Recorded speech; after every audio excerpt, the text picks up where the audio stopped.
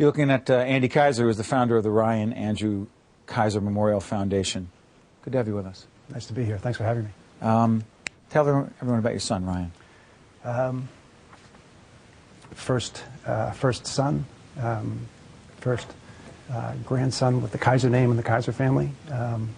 Born in 1996, unfortunately with heart disease. Very, very rare and very complicated heart structure, heart anomaly. Born to my wife, Laura, and I when I was in my early 30s, she was in her late 20s, and didn't realize that we had a sick child on the day of his birth. Didn't realize it. Yeah. He was, Ryan was born. 6 hours later, we were told that we should call a priest and probably change hospitals pretty quickly because the hospital that we were in couldn't help him. He had a very complex heart structure. He had dextrocardia, which means that his heart is on the wrong side of his body. He had transposition of the great arteries. He had a VXD, which is a ventricular septal defect, and he had hypoplastic right heart, which means basically his right ventricle didn't form. So it wasn't good. He needed 3 different open heart surgeries before he was 2. And just to put that in perspective, you know, I know a lot of people that have gone through heart surgery, and it's a terrible thing, and that's just one, you know, and he's a newborn child that needed the first surgery almost right away. The second surgery at about between 6 and 12 months, and the last surgery at 2 years. And he had all 3 of those surgeries and went through them really, really well. You lost Ryan when he was how old? He was 6.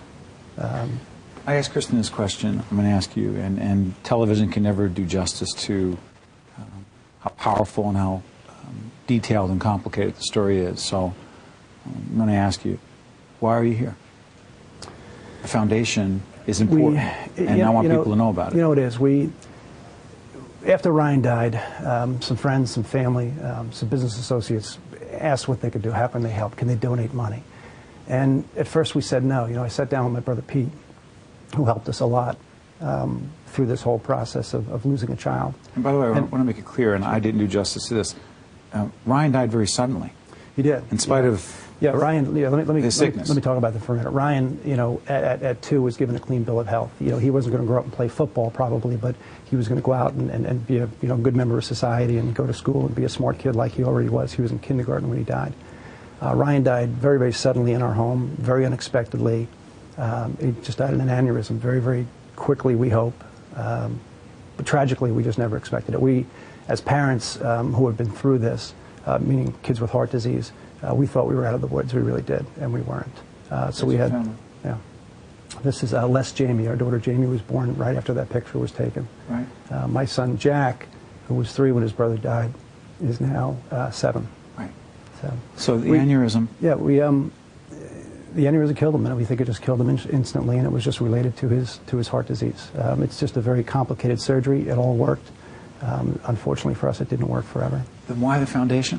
Well, I think, people came to us and said, how can we help? You know, what can we do? Can we donate money someplace? And at first we said, give money to the Red Cross. But then we stopped and said, you know what, maybe we can make a difference. Maybe this is our calling. Maybe this is what we're supposed to do. So my wife Lauren and I sat down and said, well, what is it that Ryan would want us to do? So we started the foundation. It's called the Ryan Andrew Kaiser Memorial Foundation. We have one event a year. It's called Ryan's Run. So we raise money through an athletic event, which is a 5K run, which takes place in Middletown, Let's get a shot of this while Andy's talking. Go ahead. The run is in its 4th year. It's a great run, and it's the only way that we raise money. The foundation does 3 things. We help families who have critically ill children that can't afford proper medical care. Right. We are donating money to hospitals and doctors groups that are studying and trying to help people better understand the care and cure of kids with pediatric heart disease.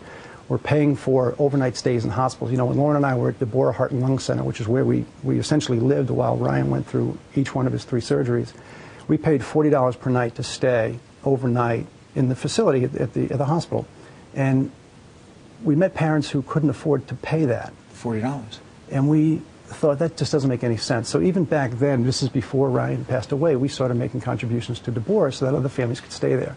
Now, just to put it in perspective, for every 2 people that come and run our race and pay us $25, they're going to get a T-shirt, they're going to meet some friends, they're going to have some fun, they're going to get some exercise, but they'll pay for 1 overnight stay for a family to stay in that hospital. And that's what this is all about. Lastly, we are raising money to go out and build playgrounds around the country. We've done 2 in 2006, and I saw your interview earlier. Did you realize that we had no idea of the connection? I didn't realize that. It really is. Why playgrounds, by the way?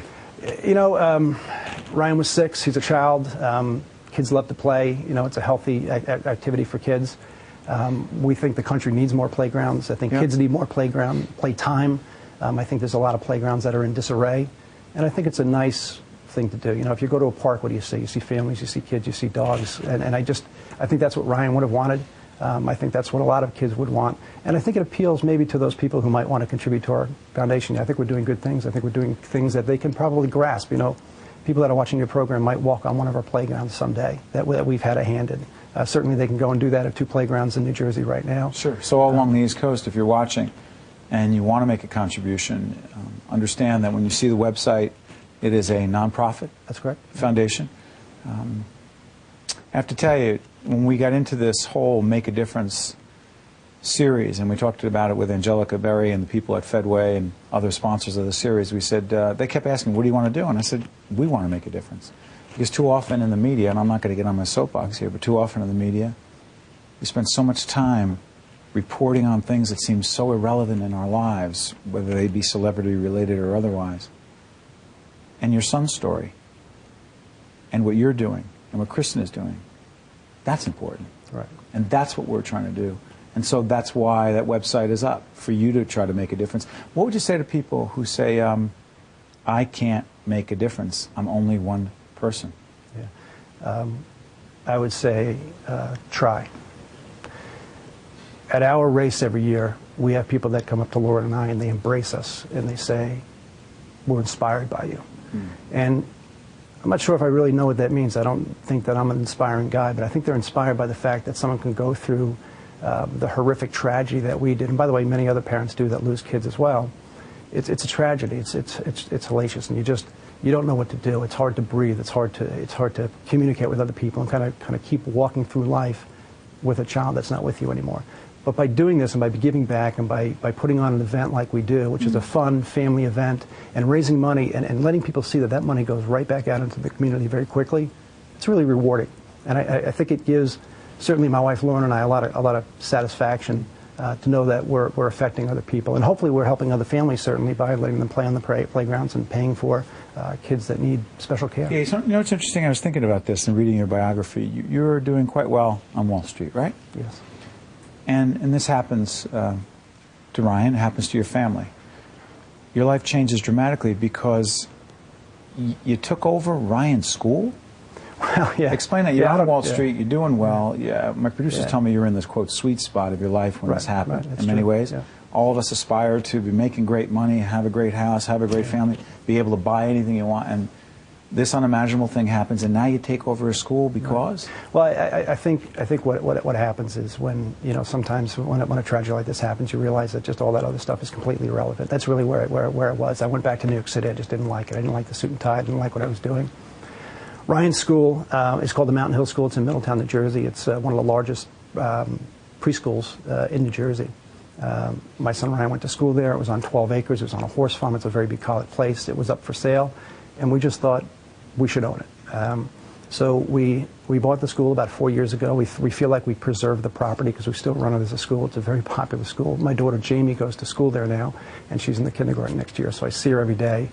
And we get a lot of satisfaction out of it. You know, one of the things that I said in an interview a long time ago is when I worked on Wall Street, you know, I managed money for most of my career, and I never got a love letter from any of my clients. But we get a never lot of love letter. Never got a love letter How from any of about my now? clients all the time. And it's great. And You get love letters. That's really rewarding from the parents who send their kids to the school. Someone says making big money is what it's about, you say? I disagree.